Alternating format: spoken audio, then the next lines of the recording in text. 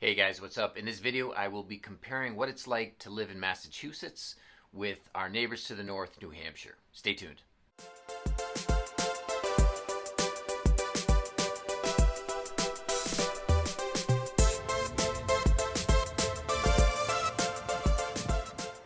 Hey, what's up guys? My name's Andrew Junas. I'm a local realtor right here in the Boston metro area, and I love helping people find their ideal place to live. So if you are thinking about moving here, please drop me a line, call, text, email, shout it from the rooftops. I'm going to be here and ready whenever you are. And if this is your first time to the channel, please make sure you hit the subscribe button and then click the little bell down below so you get notified anytime I do a new video. Alright, so like I said, today I want to compare what it's like to live in Massachusetts with New Hampshire.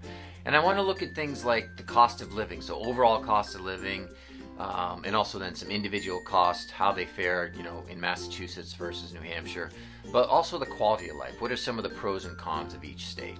And for the sake of comparison, what I did was I took the Boston area, and I'm going to use data from that, and also from Nashua, New Hampshire. Now, Boston probably doesn't need much explaining, but for those of you who don't know, Nashua is the second largest city in New Hampshire. It has about over 85,000 residents, and it's only about 45 minutes away from Boston. So you have a lot of people that live in and around the Nashua area that are going to be coming into Massachusetts and going down to the Boston area for a variety of reasons. Alright, so we're going to start by looking at the overall total cost of living in both cities, okay? So the total cost of living is going to include some different categories that have been weighted subjectively, and they're going to include housing at 30%, groceries 15%, transportation 10%, utilities 6%, healthcare 7%, and then miscellaneous expenses such as clothing, services, and entertainment at 32%. And all the scores I'm going to be given are presented in relation to the national average of 100, right? 100 is the average. So if an index is below 100, it's cheaper, and if it's above 100, it's more expensive. Make sense? All right, so the overall cost of living in Nashua, New Hampshire comes in at 111, right? That's the index, or means it's 11% higher than the national average. Comparing that to Boston, which has an overall index of 162, or 62% higher than the national average. Then if you compare those one to another, turns out Boston is 42% more expensive overall cost of living versus Nashua, New Hampshire. All right, next let's look at the individual categories, starting with groceries, okay? Nashua's index is 106 and Boston is 111, so, pretty close overall. However, we see a huge difference with housing. Boston's index is 260 and Nashua is less than half at 125.3. And keep in mind that housing costs here are calculated by using both the cost for buying as well as renting. So another huge difference, as you would expect, is with the median price of a home. In Nashua, that number is $289,700, whereas in Boston, you're more than doubling it to a median price of $602,600 for a single-family home. Now, utilities are pretty close. Nashua has an index at 120, which is slightly higher than Boston's of 116. Transportation, on the other hand, though, is another big difference. Boston's index of 131 is 46 more expensive than Nashua, which comes in at 90. Health costs are both below the national average in both cities. So Boston is actually slightly less expensive with an index of 83 versus Nashua at 88. And finally, miscellaneous expenses, which include clothing, restaurants, repairs, entertainment, and other services, has Boston slightly more expensive at an index of 129 versus 120 for Nashua. So another way of looking at all of this is that a salary of $50,000 in Nashua would need to increase to $76,111 in Boston to enjoy the same standard of living. Of course, we also want to look at the quality of living, right? I mean, just because you can afford to live somewhere doesn't mean you want to live there, right? So what are some of the pros of living in New Hampshire? Well, for one, I think it's a big one that people love, is that the government is pretty hands-off, right? The residents of New Hampshire are given a certain level of independence that is pretty representative in the motto, live free or die. For example, motorists, cyclists don't have to wear helmets in New Hampshire, which is kind of odd for me to see, but, it's just giving you the personal freedom to do what you choose to do. New Hampshire is close to Boston, right? In fact, a lot of people commute to Boston for work. A big reason is the salaries there are much higher than what they can find locally in New Hampshire. And again, because the state is relatively small, you can commute from almost anywhere except from the far north. By doing that, you end up saving big on housing costs because it's cheaper by half to live in New Hampshire versus Massachusetts. And yet still overall, you get to take advantage of everything that's in Boston without having to deal with the expenses of living there on a full-time basis. New Hampshire is unique, right? It's kind of unlike any other state in New England because of its variety of natural scenery. The state is home to a ton of lakes, the White Mountains, forest lands, and the seacoast. So really, no matter the season, there are plenty of options to do something outside. For instance, Lake Winnipesaukee provides over 40,000 acres of recreational activities that happen all year long. And if you love skiing, well, New Hampshire has plenty of mountains to satisfy as well. I know my family, we used to go up to Wolfboro, New Hampshire every year. It was about a 2-hour drive from our home in Arlington. And we spend 2 hours up on Lake Winnipesaukee. 2 weeks up on Lake Winnipesaukee. We loved it so much. It's something that my sister continues today. That same tradition of going up to Lake Winnipesaukee for vacation with her family. Another big reason why people love New Hampshire and a lot of Massachusetts residents go visit there is because they have no sales tax. In fact, it's only one of 4 states in the country that has no sales tax, the others being Oregon, Montana, and Delaware.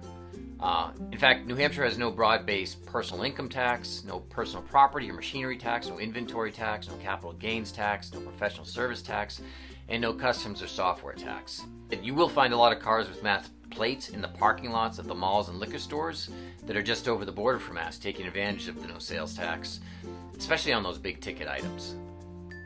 New Hampshire is safe, right? It's consistently ranked in the top 10 safest states in America as listed by U.S. News, which makes it a great place to live and raise a family. In fact, 95% of the cities in the state reported 10 or fewer violent incidences for the entire year. As an added bonus, New Hampshire is surrounded by Vermont, Maine, and Massachusetts, which also made the top 10 list.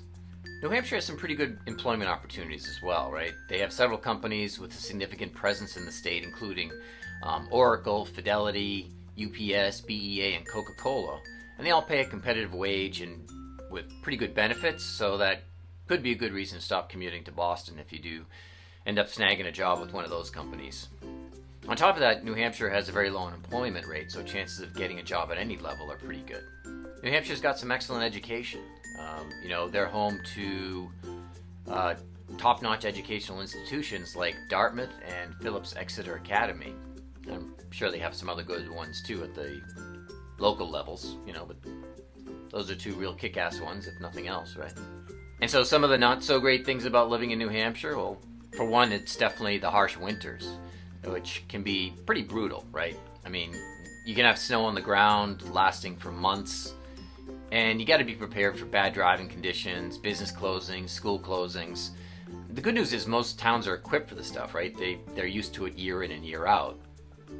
But if you're planning on living in New Hampshire and don't already own one, you may want to consider investing in an all-wheel drive vehicle and some snow tires. If you're living in New Hampshire, chances are the living's going to be kind of quiet, especially if you're living outside one of the cities. And it can be nightlife almost non-existent. So, for some that's a welcomed idea. They like the nice peace and quiet. That's why they're there. But if you're looking for some more city action, the rural areas for sure are not going to be for you. There's also a lack of diversity in New Hampshire, right? Everything kind of feels the same. There aren't many ethnic cuisines or interesting little shops to visit. Everyone is all kind of the same. It's over 90% white. I think it's less than 2% black. So if it's the kind of place where you're looking to go out to, some kind of ethnic restaurant or, go enjoy some bubble tea or some pad thai or something like that, or finding a new culture offering, your best bet's probably going to be heading into Boston. New Hampshire does have property taxes, and yes, there are no sales tax, no income tax, but the state government needs to make some money somehow, right? And property tax seems to take the brunt of that. And it's definitely higher than surrounding states, so just be prepared to pay. And part of that is a view tax, right? That is, if you can see the mountains from your property, well, there's a tax for that wonderful view that you have. So be prepared for lots of summer visitors, right? As I had mentioned, New Hampshire has lots of amazing local scenery and amenities, from the lakes, the mountains, the ocean, But of course, that also means higher amounts of traffic in the summer months from tourists. In fact, Friday afternoons, traffic heading from Mass into New Hampshire, and Sunday afternoon, traffic heading back into Massachusetts can be pretty awful, right? Similar to traffic going down to the Cape and the islands on the weekends.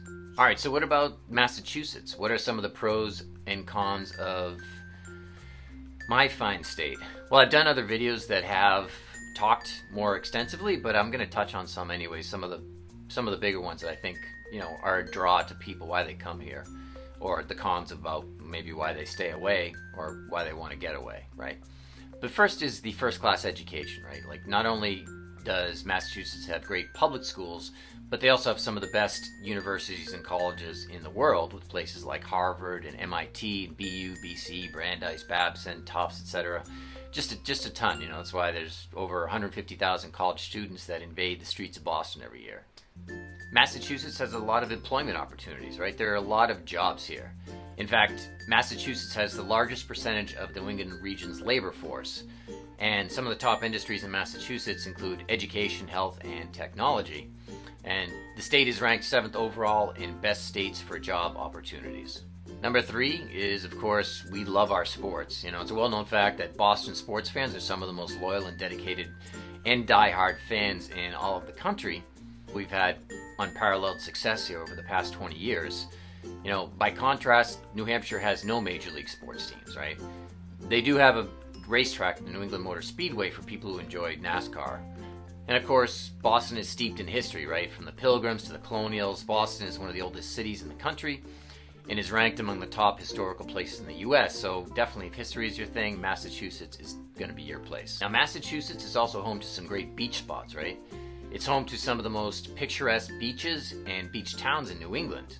And you think about, you can explore the beaches of Cape Cod, from one end all the way out to Provincetown, Martha's Vineyard, Nantucket. In addition, there are some beautiful beaches, and I'm partial to the North Shore because that's where I'm from. But you have places like Wingasheek and Cranes and Good Harbor, which are all extremely popular and picturesque spots.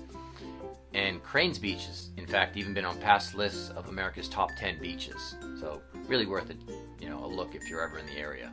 All right, so what are some of the cons of Massachusetts? Well, for one thing, it's a lack of space, right?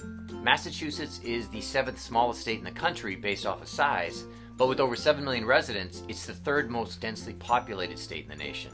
So if you want wide open spaces, go north to New Hampshire or Vermont or Maine, or go out west. Like, if you travel about an hour west of Boston, it gets a lot more open and rural, but then again, you're also an hour away from Boston, so.